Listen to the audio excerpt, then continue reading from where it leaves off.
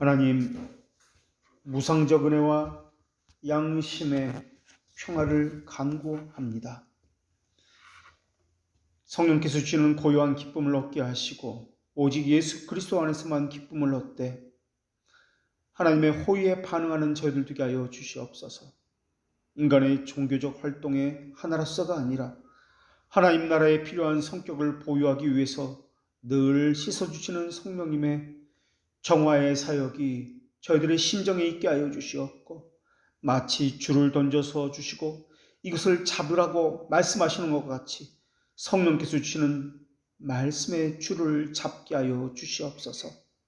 하나님 나라의 열매를 또한 맺게 하여 주시되 시대의 역사적 성격과 죄 가운데 도사리고 있는 반작용을 분별하게 하시고 그 안에 담긴 본질도 파악할 수 있는 지식과 또한 양심도 허락하여 주시옵고, 이 시간 하나님께서 맡기신 거룩한 도리를 깨닫기를 원하오니 거룩한 하나님 나라의 참된 것을 취하게 하여 주시옵소서. 역사 앞에 있는 저희들에게 오류와 미망이 있다면 바른 견지를 가질 수 있도록 깨우쳐 주시고, 그래서 교회가 모든 기준이 되는 성경에 근거한 것과 경건한 마음으로 말씀을 받는 것과 성령이 티끌이나 조금의 오류도 없는 진리라는 것과 하나님의 말씀은 신적 권리를 가졌다는 그 사실에 저희 심정이 반응하여 그 말씀만이 저희들의 심정에 새겨지게 하여 주시옵소서. 이 모든 것을 예수님의 이름으로 기도합니다. 아멘. 오늘 하나님의 말씀 로마서 13장 5절에서 7절 말씀을 봉독합니다. 하나님의 말씀을 경청하십시오. 그러므로 복종하지 아니할 수 없으니 진노 때문에 할 것이 아니라 양심을 따라 할 것이라. 너희가 조세를 바치는 것도 이로운 말미암음이라. 그들이 하나님의 일꾼이 되어 바로 이 일에 항상 힘쓰느니라. 모든 자에게 줄 것을 주되 조세를 받을 자에게 조세를 바치고 관세를 받을 자에게 관세를 바치고 두려워할 자를 두려워하며 존경할 자를 존경하라. 아멘. 우리는 지난 시간에 갈림길에서 하나님을 의지하느냐 또는 자기 욕심에서 나온 공리를 의지하느냐, 이 둘 중에 무엇을 의지하느냐에 따라서 그 사람이 누구인지 스스로 증명한다라는 것을 나누었습니다. 그렇다면 오늘은 그 안에 숨겨진 하나님의 뜻과 의도를 판단할 수 있는 민감함을 우리는 과연 가지고 있는가 하는 것을 다루도록 하겠습니다. 이스라엘이 멸망한 원인은 우상 숭배 때문에 그렇다는 것을 우리가 지난 시간에 배웠습니다. 그것은 우리가 이미 다 알고 있는 사실입니다. 헌데 그것 말고 근인이 있습니다. 오늘은 그 근인에 대해서 다루도록 하겠습니다. 왜냐하면 성경에서는 모든 것의 원인이 너무나도 잘 묘사되어 있습니다. 그것은 하나님으로부터고 또한 하나님을 향한 대적으로부터 그 모든 원인이 나타난다라고 말씀하고 있기 때문에 그러합니다. 그러나 그것 말고 인간적인 측면에서 근인은 많이 간과되는 그러한 경향이 있습니다. 그래서 오늘은 그 근인에 대해서만, 원인은 배제하고 근인에 대해서만 중점적으로 다뤄보도록 하겠습니다. 왜냐하면 하나님께서는 어떤 것에 의해서 어떤 것을 할 때 그 근인에 의해서 하나님의 뜻을 이루어 가시는 분이기 때문에 그렇습니다. 덮어놓고 기도한다고 신자가 되는 것은 아닙니다. 자기가 사는 현장에서 하나님 나라에 추구하는 것이 무엇인지, 하나님의 뜻이 무엇인지 판별할 수 있어야 합니다. 예를 들어서 죄에 대해서 우리가 한번 생각을 해보겠습니다. 오늘날 많이 하는 생각은 평등이라는 생각입니다. 평등을 위해서 많이 가진 사람은 더 내게 하고 적게 가진 사람은 덜 내게 해서 모든 사람이 균등하게 맞춘다라는 생각입니다. 그것이 성경에 나오는 만나의 법칙이기에 성경적이다 하는 생각을 갖기도 합니다. 그런데 우리는 우리가 사는 이 세계를 자유민주주의다라고 이야기합니다. 이때 민주라는 말은 자발적으로 기쁨으로 자율적으로 한다는 말을 담고 있습니다.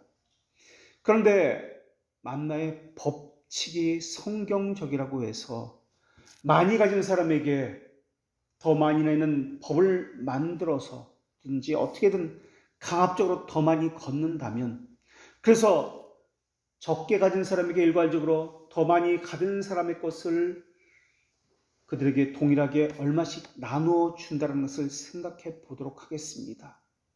과연 그것이 옳은 것일까요? 사실 사회주의나 공산주의에서 많이 외치는 단어가 평등이라는 단어입니다.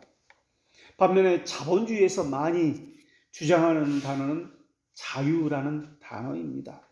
자유 경쟁 세계에 있기 때문에 그러합니다.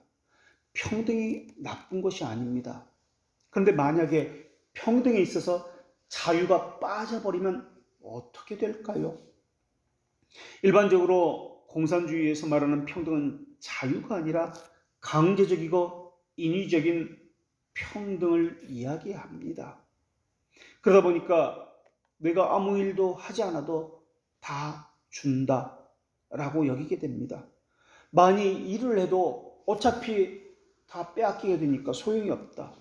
적게 일을 해도 어차피 나는 받으니까 일을 해야 할 이유도 없다라고 생각하게 됩니다. 강제적으로 법을 집행해서 많이 가진 사람의 것을 빼앗아서 그들에게 준다라는 느낌이 있다면 그것은 자유주의가 아니라 공산주의가 될 것입니다. 그렇다면 이렇게 질문할 수 있습니다. 사람은 누구든지 자기 것을 움켜쥐고 내어놓지 않으려는 경향이 있지 않습니까? 세금으로든 무슨 명목으로든 자기 것을 내어놓으려 하면 마치 빼앗긴 것처럼 강제적으로 강탈당한 것처럼 생각하지 않을까요? 자기가 수고해서 번 돈을 왜 주어야 합니까? 아주 적은 돈이라 할지라도 내어놓는다면 누구든지 그것을 아까워하지 않을까요? 그렇다면 또 이렇게 질문해 보겠습니다. 국가에서 강제성이 없으면 누가 자기 것을 내어놓겠느냐 하는 것입니다. 아무리 그것이 세금이라 할지라도 말입니다. 그렇기 때문에 강제라는 그 힘을 갖게 해서 칼의 힘을 국가에게 부여해서 세금을 징수하는 것은 아닐까요? 어떤 사람이 이렇게 말할지도 모르겠습니다. 강제와 자율, 이 두 사이에서 더 좋은 것은 자율이 아닙니까? 그리고 우리는 민주주의라고 이야기하니까 자율적으로 해야 하는 것 아닐까요? 그렇다면 다시 한번 이런 질문을 드려보겠습니다. 만일 자율이라고 해서 자율이라는 명목으로 내야 할 것을 내지 않는 사람이 더 많아지게 되면 어떻게 해야 하는 것일까요? 또 반대로 강제를 너무 강요하다 보면은 자유가 말살되는 것은 아닐까요? 자유를 방종으로 만들어버린 것이 사람의 타락한 성품입니다. 또 반대로 자유를 말살하고 강제로 집행하고 있는 것이 또한 사람의 타락성입니다. 어떤 사람은 모두가 다 자유라는 이름을 가지고 있기 때문에 세금을 내든 내지 않든 내 마음대로 할 수 있다고 생각을 합니다. 또 그렇게 하지는 않더라도 내겠다, 내는데 지금 말고, 지금은 돈이 없으니까 다음에 돈이 생기면 내겠다. 그래서 차일피일 미루고 돈이 있어도 우선순위에서 밀리기 때문에 내지 않는 경우도 있습니다. 자유라는 말은 무언가 매이지 않고 자기 마음대로 마음껏 할 수 있다는 말이 아닙니다. 자유는 그래서 마냥 자유롭지가 않습니다. 책임과 의무가 따르는 자유입니다. 방종이 아니라 자기 스스로를 쳐서 복종할 수 있는 자유를 자유라고 이야기합니다. 사람들은 죄에 대해서 전혀 심각하게 생각하지 않습니다. 매우 도덕적이고 점잖은 사람이라 할지라도 죄에 대해서 심각하게 생각하지 않는다는 인상을 받곤 합니다. 특히 도덕적으로 수준 높아야 할 정치인이라든지 공인이 더더욱 그런 것처럼 보입니다. 그러다가 정치인이라든지 유명인이 세금을 떼어 먹었다든지 아니면 정치인이 공권력을 가지고 땅을 헐값에 사서 부동산 투기를 했다, 비싸게 팔아먹었다 라든지 이러한 기사들이 신문지상이나 언론에 나오면 아주 나쁜 일이라고 우리는 생각합니다. 그러나 그런 경우도 그 사람을 지지하는 층이 있어서 그 사람을 변호하고 그 사람을 욕하는 사람에게 오히려 욕을 하고 덤벼드는 경우도 많이 있습니다. 그래서 무엇이 옳은 것인지 흐리게 하는 경우도 많습니다. 그렇다면 이러한 경우는 어떻습니까? 자기가 낳은 아기를 버린다든지 자기 부모를 죽인다든지 이러한 살인사건이 뉴스에 났다라고 생각해 보겠습니다. 그러한 살인사건이 뉴스에서 났고 그 뉴스를 접하게 되면 사람들은 어떤 반응을 할까요? 아주 나쁜 죄라고 생각할 것입니다. 그것은 분명한 죄라고도 여길 것입니다. 그리고 그게 전부일 것입니다. 믿는 사람이라도 거기서 더 이상의 의미를 찾지 못할 것입니다. 그저 문자적으로 초보적인 차원에서 그것을 바라보게 될 것입니다. 그러니까 무슨 말이냐면 죄 뒤에 숨겨져 있는 그 세력의 실상에 대해서 심각하게 생각하지 않는다는 것입니다. 죄가 가지고 있는 속성은 현저하게 악한 사람들 뒤에만 도사리고 있는 것이 아니라 건실하고 도덕적이고 하는 사람의 세계까지 마술을 뻗치고 있습니다. 그런데 사람들은 그렇게까지 깊이 생각하지 않습니다. 죄가 하고자 하는 것은 사람 모두를 노예로 삼고자 하는 것입니다. 그런데 사람들은 거기에까지 생각하지 않습니다. 그저 표면적으로 죄를 저질렀구나, 나쁜 사람이다, 여기서 그칩니다. 죄가 추구하고 있는 것, 그것을 들여다보고 그것을 생각해 보지는 않습니다. 그러니까 죄에 대해서 더 이상의 심각한 그 깊이 있는 그 느낌이 없다라는 것은 그만큼 죄에 대해서 둔감해져 있다라는 표시입니다. 하나님께서는 죄를 다루실 때 사람이 죄에 대해서 생각하는 것보다 더 중요한 사실로 다루고 있습니다. 사람이 어떤 죄에 대해서는 둔감하게 여깁니다. 그러나 하나님은 그것조차 중요한 사실로 여깁니다. 우리가 생각하는 것보다 더 심각하게, 무섭고 그렇게 무겁게 다루십니다. 죄라는 것은 하나님 앞에서 가벼운 것이 아니고 사람 앞에서도 가벼운 것이 아닙니다. 헌데 사람은 어떤 죄는 가볍다 여기고 어떤 죄는 무겁다 여깁니다. 특별히 뉴스에 나오는 죄, 언론에서 보도되는 죄는 심각하고 무겁다라고 여기고 그렇게 나오지 않는 죄에 대해서는 가볍다, 별것 아니다라고 여깁니다. 사람은 이렇게 어떤 죄에 대해서는 가볍게 여기지만은 하나님께서는 심히 중요하게 다루신다는 것을 우리가 생각해야 합니다. 왜냐하면 모든 죄가 견유하고 있는 것은 사람이 아니라 선의 근원이신 하나님을 향한 적대감이기 때문에 그렇습니다. 그 중에서도 가장 심각한 죄는 하나님이 행하고자 하는 구원 계획에 대해서 적의를 가지고 있는 그러한 죄입니다. 우리는 하나님을 향해 대적하는 죄를 생각할 때 하나님을 향해 욕을 하는 것, 교회를 핍박하는 것, 교회 다니지 못하도록 그렇게 강제적으로 억압하고 때리기도 하는 것, 그런 죄를 생각합니다. 과연 그것만이 죄일까요? 죄라고 하는 것은 하나님 말씀에 순종하는데 부족한 것이나 어기는 것입니다. 더군다나 하나님의 관심은 세상에 있는 것이 아니라 하나님의 자녀가 있는 교회에 관심이 있으십니다. 교회에 관심이 있다는 것은 교회에만 관심이 있다는 말이 아니라 하나님의 모든 초점이 교회를 향해 있다는 말입니다.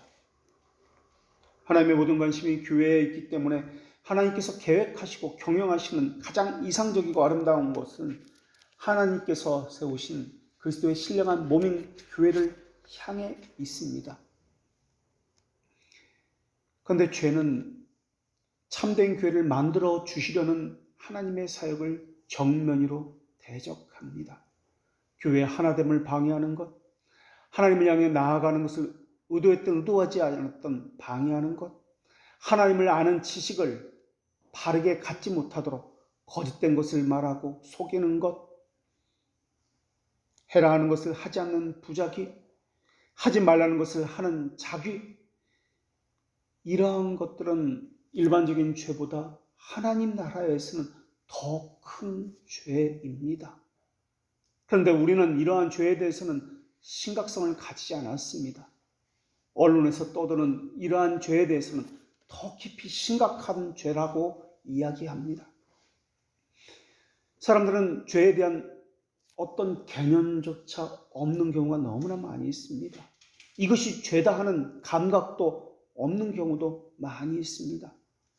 모르는 사람 모르니까 자꾸 그렇게 나갑니다. 아는 사람은 알아도 순종하려는 의지가 없습니다. 순종하려고 해도 되지 않는 까닭은 죄의 큰 세력이 순종하려는 의지를 가로막고 있다는 것을 모르고 있습니다. 그렇다면 이것은 어떤 것인지 생각해 보시기 바랍니다. 국가 위정제에 대해서 욕을 하는 것, 국가 시책에 대해서 불평하는 것, 세금에 대해서 조금이라도 내지 않으려고 그렇게 하는 것, 이런 것은 하나님 앞에 죄일까요? 아닐까요? 우리는 배우기를 하나님이 세우신 기관이 두 기관이 있는데 교회와 국가를 이야기합니다. 물론 가정도 있습니다. 교회는 영적인 기관이고 국가는 육적인 기관으로서 서로의 영역이 다르다고 이야기합니다. 서로 간섭할 수도 없고 서로 영역에 침범할 수도 안 된다고 배웠습니다.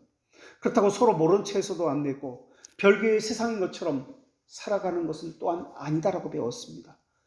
다만 각자의 영역을 인정해야 한다라고 배웠습니다.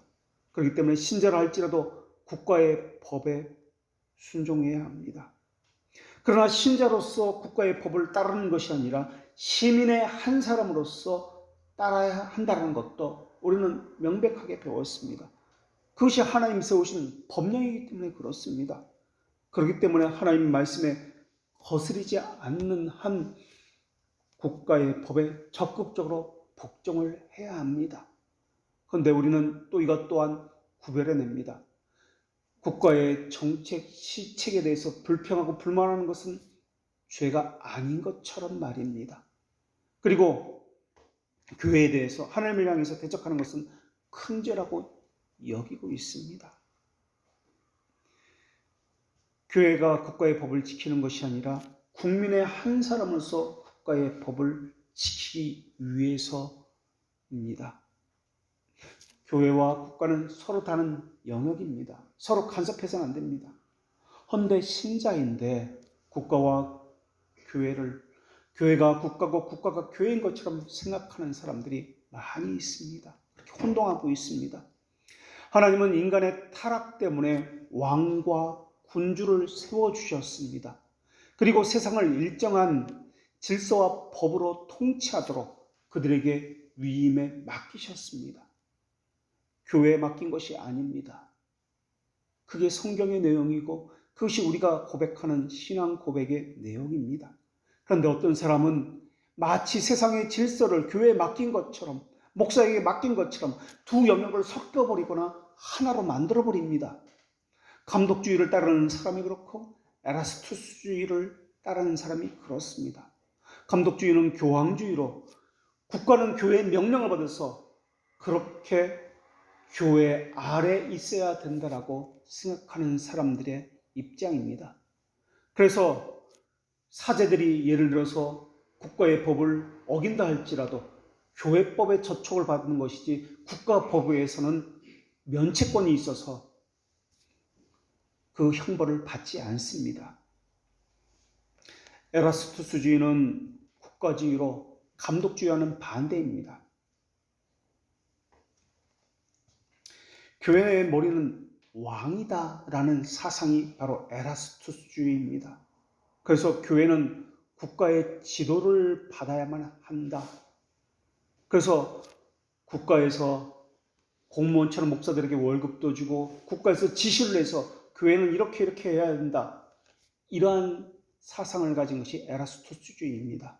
오늘날의 독일의 루터교회가 그러하며 영국 국교회가 이러한 입장입니다. 그러나 우리는 어떻습니까? 우리는 교황주의도 아니고 에라스투스주의도 아닙니다.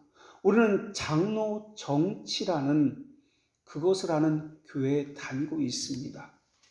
장로주의 정치는 두 영역을 분명하게 구별합니다.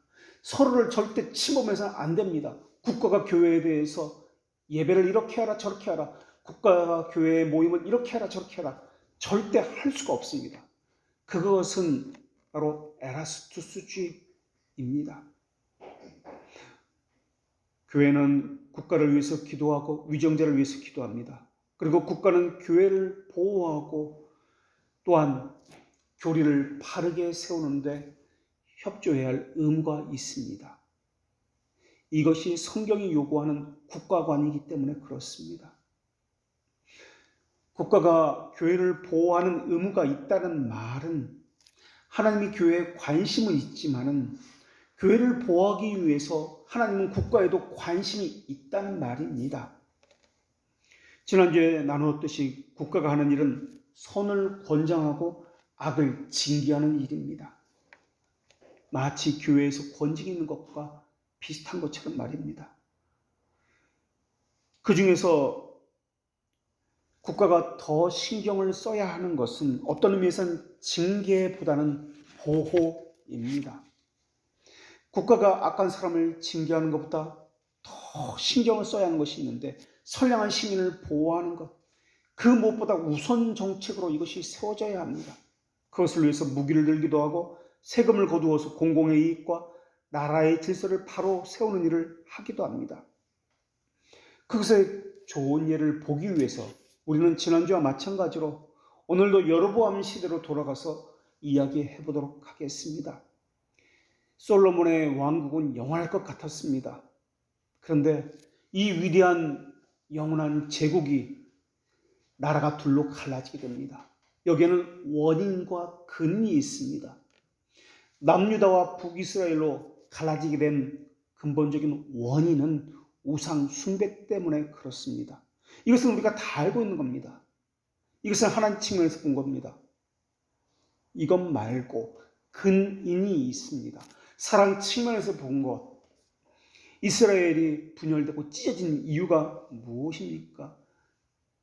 근인은 솔로몬이 부과한 과도적인 세금 정책 때문에 그러합니다. 이것은 아주 현실적인 문제였습니다. 인간의 측면에서 본 겁니다. 그렇다면 솔로몬의 영광스러운 성전, 상하 보좌와 백향국 궁전, 화려한 예루살렘의 비경들, 외국인이 부려왔던 그렇게 이스라엘의 민족이 되고 싶다, 그들의 시민권을 가지고 싶다 불어했던 국가로서의 이스라엘, 이런 것은 도대체 다 어디서 나온 것입니까? 솔로몬 왕국의 번영은 모두가 백성들의 수고와 노고로 만들어진 것입니다. 외화벌이도 그렇고 물질 문명을 이룬 것도 그렇고 그 화려한 것들, 그 모든 것이 백성들의 수고에서 나온 겁니다. 솔로몬 편에서 보면은 하나님의 성전을 지은 것입니다. 그러나 백성들 편에서 보겠습니다. 백성들 편에서 보면은 물론 하나님의 성전을 짓는 것을 기뻐하는 사람도 있을 것입니다만 어찌 되었든 그것은 백성들의 노고에서 피와 땀에서 만들어진 것들입니다. 성전 건축은 7년이 걸렸습니다. 그리고 거기서 그친 것이 아니라 왕궁을 지키기 위해서 13년을 또한 수고해야 했습니다. 성전 7년, 궁궐 13년만 백성들이 피와 땀을 흘린 것이 아닙니다. 밀로, 하솔, 무기또, 게셀 계속해서 강력한 군사를 갖기 위해서 요새를 지어야 했습니다. 백성들은 여기저기 끌려다니면서 그 부역을 다 감당해야만 했습니다. 눈에 보이는 건축을 많이 했고 산업도 융성해 보였습니다. 외국과 교육도 많이 했고 부를 엄청나게 많이 갖추었습니다. 솔로몬은 우리가 잘 알고 있는 대로 강력한 군주였고 지혜마저 뛰어난 전제자였습니다. 이스라엘이라는 나라는 세계 각국의 부러움의 대상이 되었습니다. 부강해 갔습니다. 그러나 백성들의 입장에서 한번 보면은 그들의 마음은 어떻게 됐을까요? 그들은 계속해서 불려다녀서 그 노역을 감당해야 했습니다. 그것을 위해서 세금을 계속해서 내야만 했습니다. 마치 언론의 자유가 없는 것처럼 백성들은 마음에 담긴 것을 밖으로 표출해 낼 수가 없었습니다. 솔로몬 성전과 궁궐의 화려함을 위해서 백성들은 그저 징집당했습니다. 노역을 하고 세금을 과도하게 내는 것 외에는 없었습니다. 요새를 만드는데 징집당하고 무슨 시설을 만들고 보수하는데 백성들은 강제적으로 징집당했습니다. 징집당한다라는 말의 의미는 무엇입니까? 자기 일을 하지 못한다는 말입니다. 군대에 가게 되면 군인은 자기 일을 하는 게 아니라 자기 일은 하지 못하고 군인으로서의 국가의 일을 하게 되어 있습니다. 가정을 돌보지도 못하고 먹고 사는 일을 하지 못한다는 말입니다. 산발적으로 불만은 표출했지만 그것은 아무런 소용이 없습니다. 전제군주인 솔로몬이 버티고 있기 때문에 그렇습니다. 그러다가 마침내 솔로몬이 죽었습니다. 그리고 그 아들 르호보암이 왕이 되었습니다. 아직 왕권을 장악하지 못한 르호보암에게 백성들이 찾아가서 이야기하기 시작합니다. 세금이 너무 과도합니다. 노역이 너무 과합니다. 백성들의 마음은 이미 솔로몬 시대 때부터 떠나 있었는지도 모르겠습니다. 그래도 어떻게든 새로운 왕을 붙들고 좋은 세상을 만들어 보자고 생각해서 왕에게 나아가서 세금이 너무 과도합니다라고 하소연하기 시작합니다. 사실 르호보암 시대에 나라가 둘로 찢어진 것은 애굽에게 짓밟히는 원인은 우상 숭배였습니다. 그러나 근인은 솔로몬 시대와 르호보암 시대에 있었던 과도한 세금 문제가 나라가 찢어지게 된 이유였습니다. 그 말씀을 하나님은 성경에서 이렇게 기록하고 있습니다. 온 회중이 르호보암에게 말하이르되 왕의 아버지가 우리의 멍에를 무겁게 하였으나 왕은 이제 왕의 아버지가 우리에게 시킨 고역과 매운 무거운 멍에를 가볍게 하소서. 그리하면 우리가 왕을 섬기겠나이다. 성경에 온 회중이 왕에게 나아가서 말했다라고 기록하고 있습니다. 온 회주라고 했지만은 사실 모든 백성이 그 좁은 궁전에 다 나아갈 수 있는 것은 아닐 것이라 보입니다.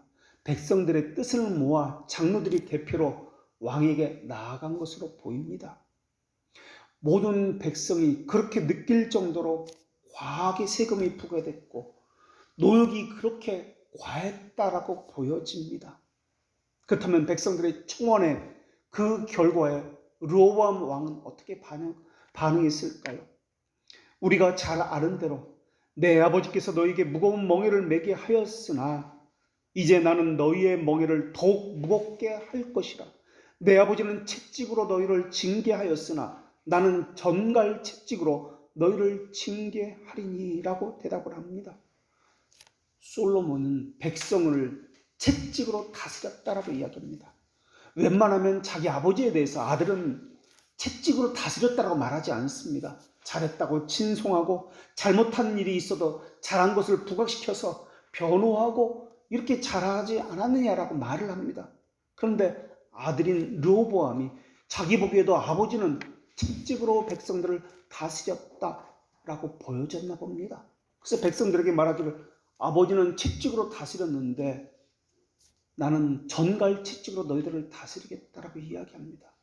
너희들 이렇게 내 앞에 나와서 불평불만을 쏟아놓는 거 보니까 그 징계가 너무 약했나 보다. 그래서 나는 너희들을 전갈 채찍으로 다스려 불평불만을 쏟아지지 못하도록 하겠다라고 이야기합니다. 그것의 결과가 어떻게 나타난 줄 아십니까? 유다 지파를 제외한 모든 지파가 여로보암을 왕으로 세우고 새 나라를 만들겠다라고 나오게 된 것입니다. 왜 유다 지파만 르호보암을 따랐는지 구체적으로는 모르겠습니다. 유다 지파 역시 노역과 과도한 세금에 시달렸을 텐데 말입니다. 아마도 다윗과 솔로몬이 유다 지파였기 때문에 오늘날로 말하면 경상도 전라도처럼 자기 사람 아니가 하면서 지역 감정과 같은 것이 있었기 때문에 이 유다 지파만은 그 르호보암을 따르지 않았나 생각됩니다. 그리고 다른 지파들은 모두가 북쪽으로 가서 여로보암을 중심으로 나라를 세운 것은 아닌가라고 보여집니다. 물론 하나님의 비밀스러운 섭리에 의해서 유다 지파에서 메시아가 나겠다는 약속이 있기도 합니다만은 근인을 돌아볼 때, 인간적인 측면에서 볼 때 그렇지 않나라는 추측도 해봅니다. 솔로몬이 죽자 그동안 숨을 죽이고 호시탐탐 노리던 애굽의 시삭이 이스라엘을 쳐들어옵니다. 전쟁을 할 때 그냥 전쟁을 하는 것이 아니지 않습니까? 적국을 정탐해서 군사력이 어떠한지, 군비와 군량면 어떠한지 이러저러해서 우리가 이길만 하다라고 판단이 되어야 전쟁을 합니다. 특별히 방어보다 공격이 더 몇 번에 힘들고 더 많은 군사가 필요하기 때문에 어디를 진격해서 공격해 간다는 것은 그만큼 자신이 있지 않고는 그렇게 전쟁에 나아갈 수가 없습니다. 거기다가 전쟁을 하게 되면 백성들이 군인으로 참여해야 합니다. 백성들은 군수물자를 지원해 줘야 합니다. 여러 가지 자발적인 도움도 줘야 합니다. 어쩌면 애굽은 솔로몬 있을 때부터 어떻게 하면 저 나라를 먹을 수 있을까 전쟁 준비를 했는지도 모르겠습니다. 그렇게 전쟁 준비를 했던 애굽왕 시삭이 르호보암 5년째 되던 해에 예루살렘을 향해서 진격해 옵니다. 그리고 예루살렘을 점령해 버립니다. 예루살렘에 있는 화려한 모든 것들을 다 약탈해 갑니다. 이스라엘 전 곳을 다니면서 백성들의 것을 다 약탈해 가기 시작합니다. 성전의 보물, 왕궁의 보물을 다 빼앗고 솔로몬이 만든 금 방패까지 빼앗아 갔다고 성경은 기록하고 있습니다. 20년에 걸쳐서 7년 성전 건축, 13년 왕국, 20년에 걸쳐서 성전과 왕국을 지었는데 그것이 완성되고 20년 후에 하나님의 영광을 보던 그 성전의 모든 기물들이 이방인에 의해서 약탈당했습니다. 솔로몬의 화려한 명성, 부귀영화가 하루아침에 다 무너져 버렸습니다. 이방인이, 이교도가 여호와의 성전에 들어간다라는 것을 한번 이스라엘 입장에서 생각해 보십시오. 그 성전이 짓밟혔다. 제사장도 들어가기 힘든 그 성전에 들어가서 모든 기물을 다 이교도들이 빼앗아 다 갔다. 유대인들에게는 엄청난 충격이었을 것입니다. 솔로몬은 그것을 짓고 나서 겨우 15년만 누리고 죽었습니다. 그리고 그 아들 르호보암 5년을 누리다가 그렇게 다 빼앗기고 짓밟히게 된 것입니다. 겨우 15년간 누리려고, 겨우 총 20년간 누리려고 그렇게 백성들의 피와 살을 깎는 고통을 주었던 것일까요? 그렇다면 솔로몬의 영광 속에 있었던 외화적인 화려함 속에 숨겨진 그 본질이 무엇일까요? 아이야 선지자는 그 화려함 속에 숨겨져 있던 본질을 보았습니다. 화려함, 명성에 취해서 교만해지기 시작했던 솔로몬, 그리고 그것으로부터 나온 우상 숭배를 아이야 선지자는 보았습니다. 하나님께서 마음이 떠난 것은 물론이고 심지어 하나님이 솔로몬에게 2번이나 나타나십니다. 그리고 경고합니다. 그런데도 솔로몬은 하나님의 말씀을 따르지 않습니다. 그 본문이 열왕기상 11장 9절에 이렇게 기록되어 있습니다. 솔로몬이 마음을 돌려 이스라엘의 하나님 여호와를 떠남으로 여호와께서 그에게 진노하시니라. 여호와께서 일찍이 2번이나 그에게 나타나시고 이 일에 대하여 명령하사 다른 신을 따르지 말라 하셨으나 그가 여호와의 명령을 지키지 않았으므로 라고 기록합니다. 그 이후 애굽에게 짓밟힙니다. 나라가 둘로 쪼개졌습니다. 주변 국가의 친송을 먹고 뿌듯해야 했던 그 시간은 도대체 어디로 간 것입니까? 번영과 화려함에 취해있던 이스라엘 백성들의 심정은 어떠했을까요? 생활의 피폐함은 말로 다 할 수 없었을 것입니다. 나라가 부강했다고요? 과연 백성들도 부강했을까요? 있는 것 다 애굽에게 빼앗기고 짓밟히고 남은 것이라곤 옛 명성 이것 외에는 없습니다. 그런데 유대 백성이 거기서 돌이켜서 하나님께 돌아간 것이 아니라 북이스라엘처럼 그들과 동일한 우상 숭배를 또 하기 시작합니다. 베델과 단의 제단을 쌓아놓고 제사를 지내는 것이 그렇게 좋아 보였나 봅니다. 눈에 보이는 하나님이 아니라, 눈에 보이지 않는 하나님이 아니라 눈에 보이는 하나님을 섬기는 것이 더 좋게 보였나 봅니다. 그래서 금송아지를 만들고 이것이 우리를 인도해낸 여호와 하나님이라고 했던 북이스라엘처럼 그들에게도 이런 우상 숭배가 만연해지기 시작합니다. 선지자는 애굽에게 짓밟힌다라는 것을 미리 경고해 주었습니다. 나라가 둘로 찢어진다라는 것도 선지자가 미리 경고해 주었습니다. 그러나 그것에 대해서 그 누구도 심각성을 가지지 못했습니다. 그 누구도 책임감을 가지지 못했고 통탄해하지도 않았습니다. 죄를 죄로 여기지도 않았고 무감각했습니다. 화려한 것들에 취해서 그 안에 깃들어 있는 문제점을 보지 못했습니다. 겉으로 볼 때 나라는 화려했고 부강한 것처럼 보였습니다. 그러나 나라는 이미 속으로 썩어 들어가고 있었습니다. 세금으로 인한 갈등, 부당한 노역으로 인한 피폐함, 화려함을 누리는 사람들과 빼앗기고 억누르는 사람들, 그 사이에 불평과 불만들, 이것을 간파한 사람은 아히야 선지자 외에는 없었습니다. 백성들은 그저 숨을 죽이고 있어야 했고 채찍에 맞아서 신음소리를 내야 했습니다. 그것을 솔로몬이 했습니다. 우리는 솔로몬 왕에 대해서 화려하고 하나님의 말씀대로 지혜로 다스렸다고 생각하는데 그 이면에는 채찍이라는 것이 있었습니다. 채찍으로 징치하고 잡아가고 했습니다. 거기다 솔로몬은 자기 마음대로 백성을 데려다가 부려먹었습니다. 그런데 그 아들 르호보암은 거기서 교훈을 받은 것이 아니라 자기 아버지보다 더하겠다, 전갈 채찍으로 너희들을 부리겠다라고 이야기합니다. 하나님이 나라를 주신 것은 선한 백성을 보호하고 악한 사람을 징치하기 위해서입니다.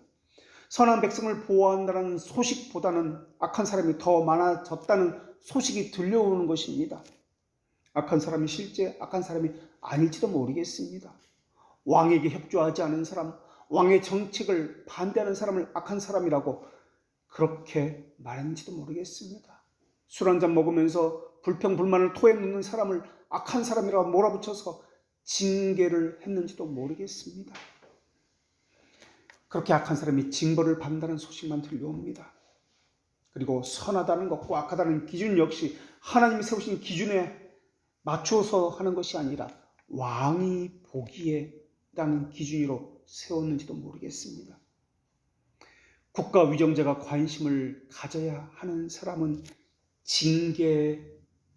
징계보다도 백성 한 사람 한 사람을 더 보호하는 것입니다. 그래야 백성들이 자부심을 가지고 살아갈 수 있습니다. 나라로부터 보호를 받는다는 느낌이 없다면 나라에 대해서 불평하고 불만을 표하며 나라에 대해서, 위정자에 대해서 신뢰하지 않게 되어 있습니다.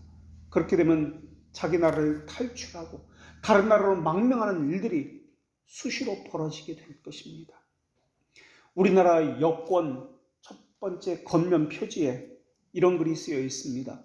대한민국 국민인 이 여권 소지인이 아무 지장 없이 통행할 수 있도록 하여 주시고 필요한 모든 편의 및 보호를 베풀어 주실 것을 관계자 여러분께 요청합니다. 한국말과 영어로 되어 있습니다. 어디를 가든 보호받을 수 있도록 해 주십시오라는 내용입니다. 이것 때문에 어디를 가든 마음 놓고 여행을 합니다. 그리고 나라에 대한 자부심도 가지고 있는 것입니다. 그런데 그것은 말뿐이고 보호를 받지 못한다고 생각해 보십시오. 마치 탈북민이 중국에서든지 동남아시아든지 여권도 없고 떠돌고 있다고 생각해 보십시오. 얼마나 불안해하고 누가 나를 신고하지는 않을까 노심초사하면서 어떤 불이익을 당해도 아무 말도 못하고 그대로 당해야 하는 것과 마찬가지 일이 벌어질 것입니다. 국가가 하는 일은 국민을 보호하는 일입니다. 징계하는 것보다 더 중요시 여겨야 하는 일입니다. 위정자가 해야 하는 일은 국민을 보호하는 것과 또 그것에 포함되어서 교회를 보호하는 일입니다. 위정자가 교회를 보호하지 않고 또 징계하고자 간섭하고 오히려 핍박을 한다면 그것은 결국 하나님의 진노를 사는 일입니다. 르호보암 시에 나타났던 왕국의 분열, 애국의 침공, 우상 숭배, 백성들의 불평과 불만, 이런 것들은 계속해서 채찍질만 하고 무거운 책임을 매겼기 때문에 백성들은 우리는 더 이상 여기서 살 수가 없습니다 라고 했던 이 근인에서 비롯된 일들이었습니다. 바벨론이나 다른 나라가 쳐들어와서 망한 것은 사실입니다. 그러나 그 모든 문제는 세금 문제로부터 비롯되어서 이 지경에까지 이르게 된 것입니다. 만약에 나라가 분열되지 않았다면 그래도 힘은 있었을 것입니다. 세금이 과하지 않았다면 나라가 분열될 일도 없었을 것입니다. 르호보암 왕이 공사를 더 독려하기 위해서 공사를 감독하는 감독관으로 아도람이라는 사람을 보냈습니다. 그런데 그 감독관은 르호보암의 말대로 전갈치직으로 백성들을 다스리기 시작했는지도 모르겠습니다. 참고 견디다 못해서 백성들이 분노하고 결국 이 감독관 아도람을 돌로 때려 죽여버리는 사건이 벌어집니다. 현장에 있던 르호보암 왕은 백성들이 폭동이 일어나자 겨우 수레에 올라타서 도망가면서 목숨만을 건지게 됩니다. 성경의 기록은 이렇습니다. 르호보암 왕이 역군의 감독 아도람을 보냈더니 온 이스라엘이 그를 돌로 쳐 죽인지라. 르호보암 왕이 급히 수레에 올라 예루살렘으로 도망하였더라. 열왕기상 12장 18절에 그 말씀이 있은 이후에 19절에 국가적인 변화가 일어납니다. 19절 말씀은 이렇습니다. 이에 이스라엘이 다윗의 집을 배반하여 오늘까지 이르렀더라. 세금과 과다한 노역 때문에 이스라엘이 둘로 나뉘어졌더라 라는 말씀입니다.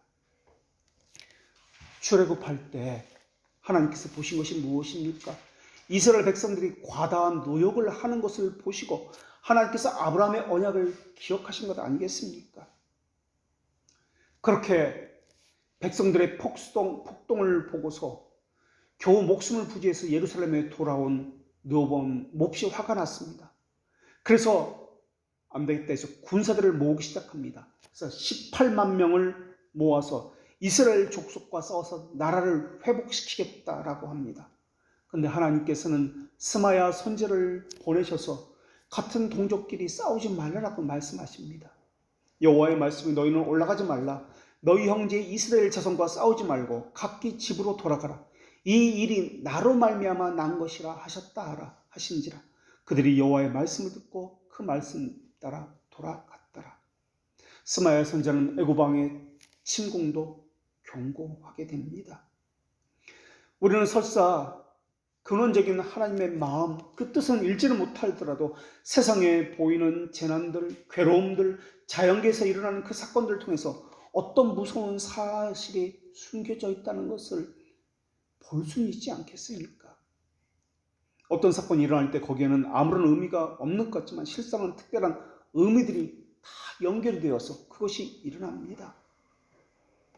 솔로몬의 뒤를 이어서 왕위를 이어받은 르호보암이 그토록 지금까지 억눌렸던 백성들의 소리가 그 르호보암을 향해서 터져나오기 시작합니다.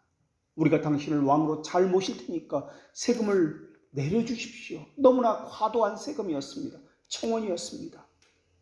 이러한 청원을 받았던 왕이 역사 가운데 또 있습니다.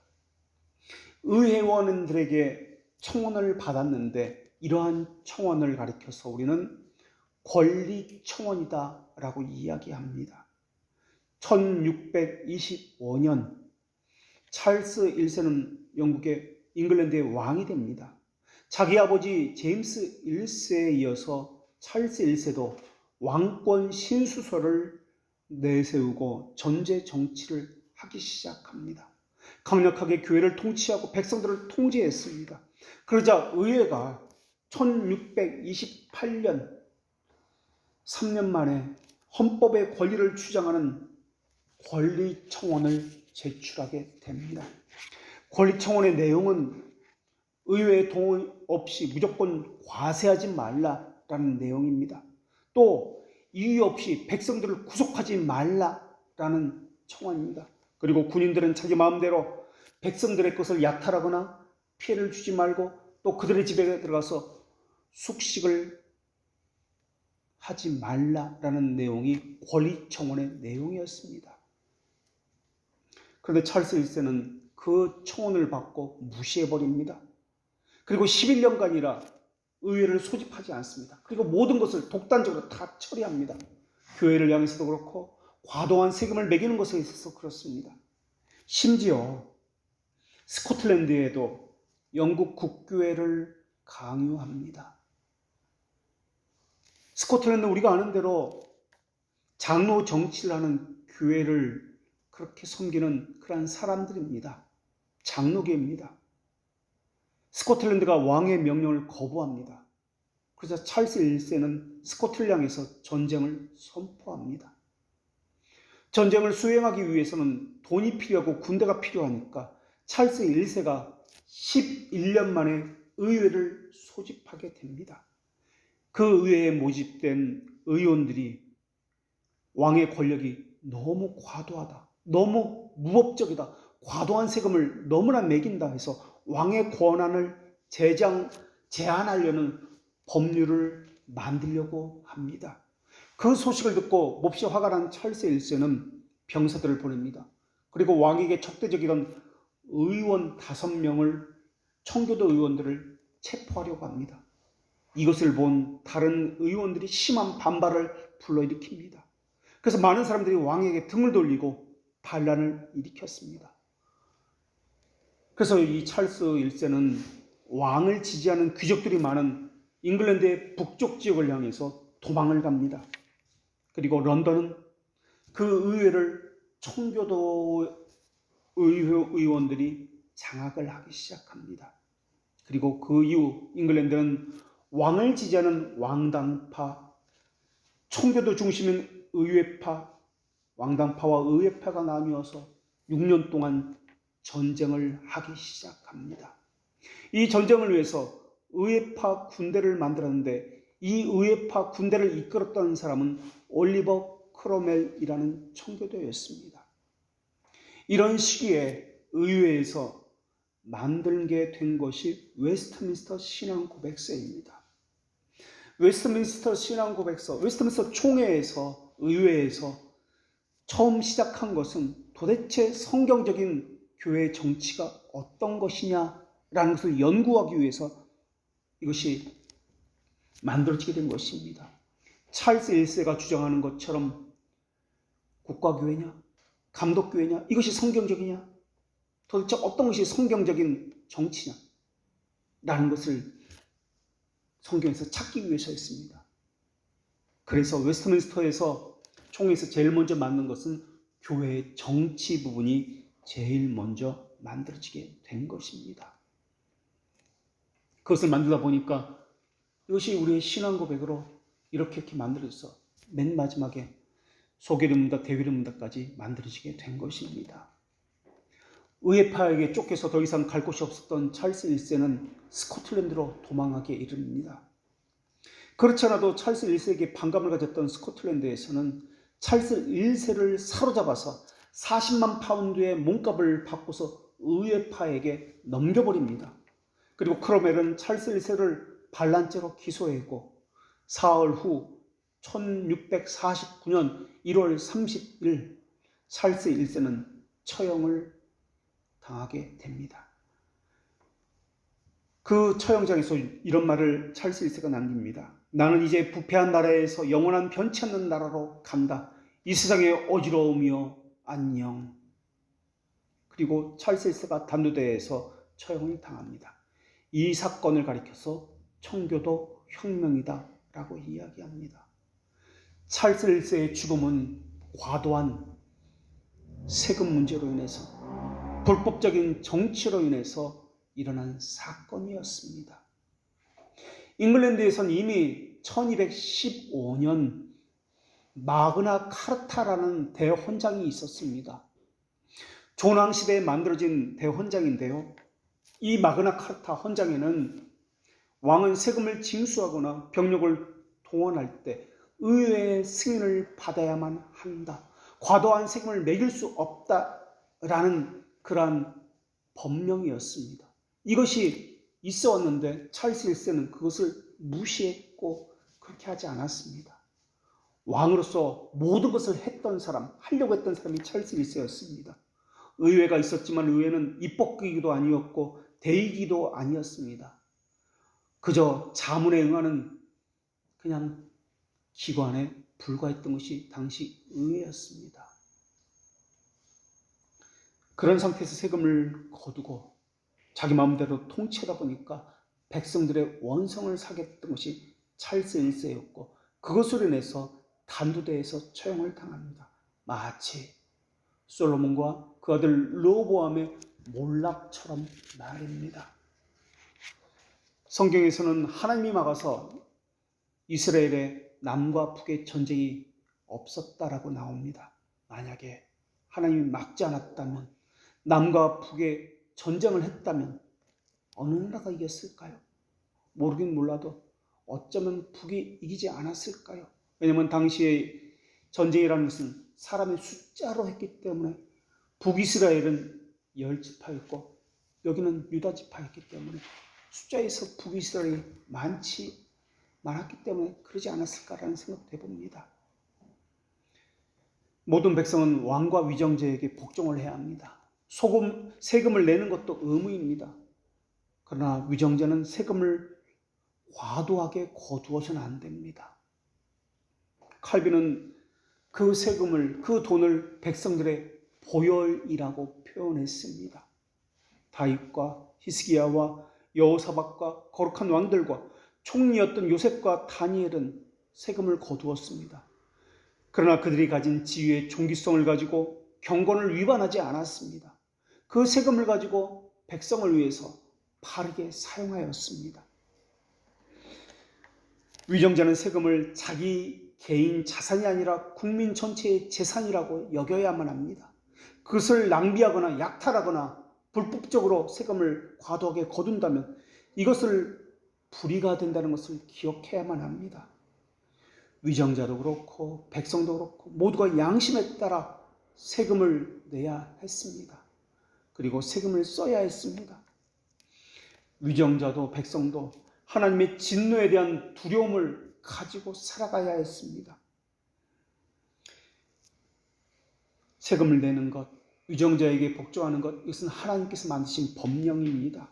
그리고 위정자도 하나님께서 위임하신 권세를 가졌다는 것을 기억해야만 했습니다. 그렇기 때문에 그리스도인은 세상 나라의 백성이라는 것을 늘 기억해야 합니다.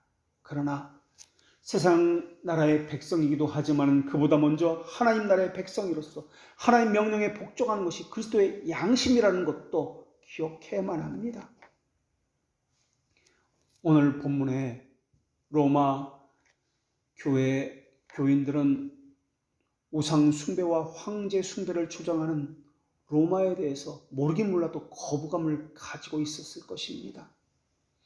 이 세금으로 우상 숭배에 사용되는 것은 아닌지, 잘못된 곳에 사용되는 것은 아닌지라는 생각을 했는지도 모르겠습니다. 그런데 하나님은 그런 우상 숭배자 네로에게 세금을 잘 내라고 오늘 본문에서 말씀하고 있습니다. 백성의 의무는 세금을 내는 것이기 때문에 그렇습니다. 잘못된 데 쓰고 이런 것은 위정자들의 몫이기 때문에 그렇고 백성들은 백성의 몫을 다 해야 하기 때문에 그렇습니다. 로마 제국 시대에 산다는 것은 공권력에 대한 두려움 때문에 내기 싫은 것을 마지못해 내는 경우도 많이 있었을 것입니다. 그런데 성경은 가이사의 것은 가이사에게, 이때 가이사는 우리를 식민지로 삼고 있는 적대국의 그 왕입니다. 그런데 가이사에게 내라고 이야기합니다. 하나님의 것은 하나님께라는 예수님의 가르침에 따라 세금을 내는 것은 정당하다, 하나님의 뜻이다 라고 말씀하고 있습니다. 오늘 본문에서는 우리를 억압하고 핍박하는 로마를 할지라도 세속적 정부의 세금을 내는 것은 전혀 양심에 어긋나는 것이 아니다 라고 말씀해 주고 있습니다.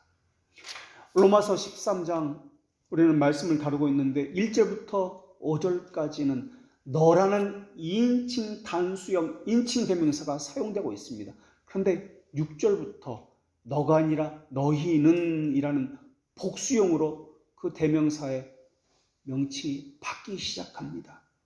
이것이 의도하는 바는 국가에 대한 납세는 민족을 초월해서, 혈통을 초월해서, 사상의 모든 차이를 초월해서 로마 제국 내에 살고 있는 모든 사람들은 져야 할 의무라는 것을 말하기 위함으로 보여집니다. 사실 국가 통치자에 의해서 책정되고 수납되는 세금에 대해서 거부감이 듭니다.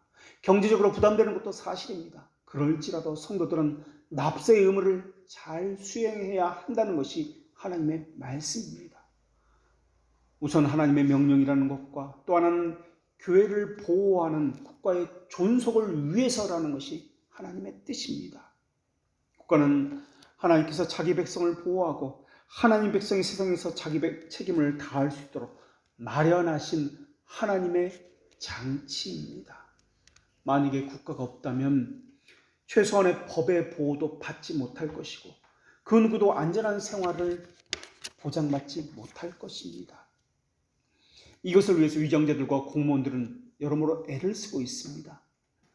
하나님은 그들을 향해서 오늘 본문에서 하나님의 일꾼이다 라고 말씀하고 있습니다.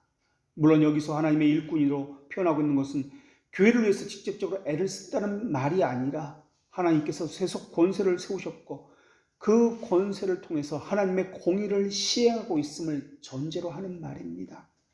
그렇기 때문에 신자는 백성의 한 사람으로서 하나님의 일꾼인 관리와 위정자들에게 복종하고 두려워해야 합니다.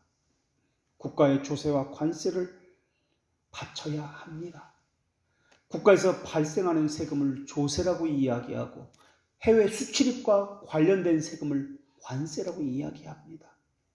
정부의 정책이 온당하지 못하게 보일지라도 기독교에 대한 제재를 가한다 할지라도 하나님의 백성으로서 양심이 훼손되지 않는 범위 내에서 국민으로서 의무를 다해야 하는 것이 하나님의 말씀입니다. 설사 반기독교적인 인물이 정부를 운영하고 교회를 곤란하게 만든다 할지라도 마찬가지입니다. 심지어 위정자들이 우리의 신변을 위협하고 우리는 핍박을 받고 고난을 받고 생명의 위협을 느끼는 상황에서도 국가의 유지를 위해서 국민의 의무를 다해야 합니다. 이것이 벨직 신앙고백서의 신앙고백이고 우리의 신앙고백입니다. 국가의 요구가 하나님의 법에 위배되지 않는다면 마땅히 우리는 순종해야 합니다. 그러나 국가의 요구가 하나님의 법에 위배된다면 성도는 한 국가의 국민이기도 하지만은 그 이전에 먼저 하나님 나라에 속한 천국 시민의 한 사람으로서 먼저 하나님의 법과 신앙의 양심을 따라야 합니다. 따라서 오늘 본문에서 말씀하고 있는 두려움과 존경은 권세제에 대한 절대적 의미의 두려움과 존경을 말하는 것이 아닙니다. 하나님께서 세우신 질서를 지킨다는 의미에서 정당한 두려움과 존경을 의미하는 단어입니다. 그래서 양심에는 하나님을 아는 바른 지식을 담고 있어야 합니다. 그것이 모든 것의 기준이 되어야 합니다. 그리고 그 하나님을 아는 바른 지식을 담고 있는 양심에 따라서 해야 할 것을 해야 합니다. 기도하겠습니다. 하나님, 신자가 하나님의 참 도리 안에서 살고자 할 때 저희의 눈을 가리는 것과 분별력을 흐리게 하는 것과 무감각과 타협과 게으름으로 인해서 죄를 적극적으로 인식하지 못하는 것들이 너무나 많이 있습니다. 거기다 저희에게 주어진 한계를 넘어서 하나님의 질서를 깨뜨리고 다른 영역으로 침범에 들어가려고 하는 경우도 너무나 많이 있습니다. 마음에 들어와 도사리고 있는 야수와 같은 죄가 무지와 어둠으로 저희 안에서 하나님의 법령을 깨뜨리고 있사오니 늘 성경으로 돌아가기를 원하오니 거기서만 교훈을 얻고 교회 역사와 신앙 고백을 통해서 이것을 울타리로 삼아서 편벽되고 자기 의를 내세우려는 모든 것들을 물리치게 하여 주시옵소서. 백성으로의 의무를 다하게 하여 주시옵소서. 교인으로서의 의무를 다하게 하여 주시옵소서. 그러나 무엇보다 성령 안에서 의와 평강과 기쁨이 교회와 함께 넘치되 하나님께서 주신 하나님의 말씀을 잣대로 삼아 그것이 우리의 지식으로 양심 안에 들어와 있어서 그 양심을 따라서 모든 것을 행하게 하여 주시옵소서. 이 모든 것을 예수님의 이름으로 기도합니다. 아멘.